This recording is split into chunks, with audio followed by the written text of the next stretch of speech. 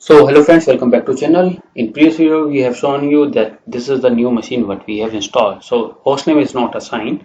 Let me assign a hostname. So permanent hostname we are going to assign vi. Okay, so for that we have to vi/etc host name. Okay, it's localhost. I will say daily study daily study. Okay, that's the hostname I have given to this. It's not updated here, so you can do you can do host name and daily study. Okay, so once you run the hostname command you will get daily study, but it's not showing over here. So one option, log out and log in on the shell again, so it will prompt you. Okay, another option, reload the current profile. So how to reload the current profile, let's see. So for that we are having command host name ctl. Okay, set host name in double quotes.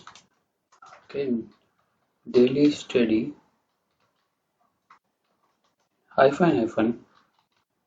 Okay, we are able to see, but it's not updated here. It is having local host. So for that we can use execute command exec bash. Okay, your bash profile got loaded. So before this it was showing root at the rate localhost.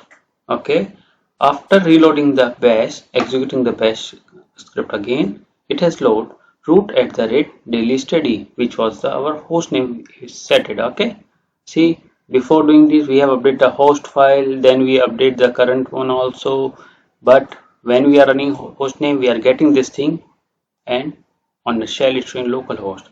We try to do hostname ctl, which was the if you go on a Google you will find this command, but exact command is execute. Now we'll run about the execute. Okay, one session is already pending on a run level. We'll work on that one run level and the execute, both the command.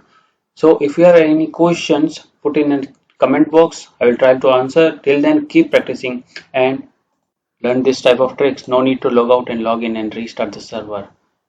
One major weapon as administrator you should have. Don't try to restart the server for anything. Okay, you have to fix the server in a running state. Restart is not a solution. Okay, so keep this in your mind. Try loading all the thing in a runtime. Okay, don't be dependent on the reboot, because in a production environment server will use to run 7-8 years also. Okay, we are not asking reboots until unless there is some hardware issue. So try escaping from the reboot. That's all for today. See you in the next video. Till then, keep practicing. Goodbye.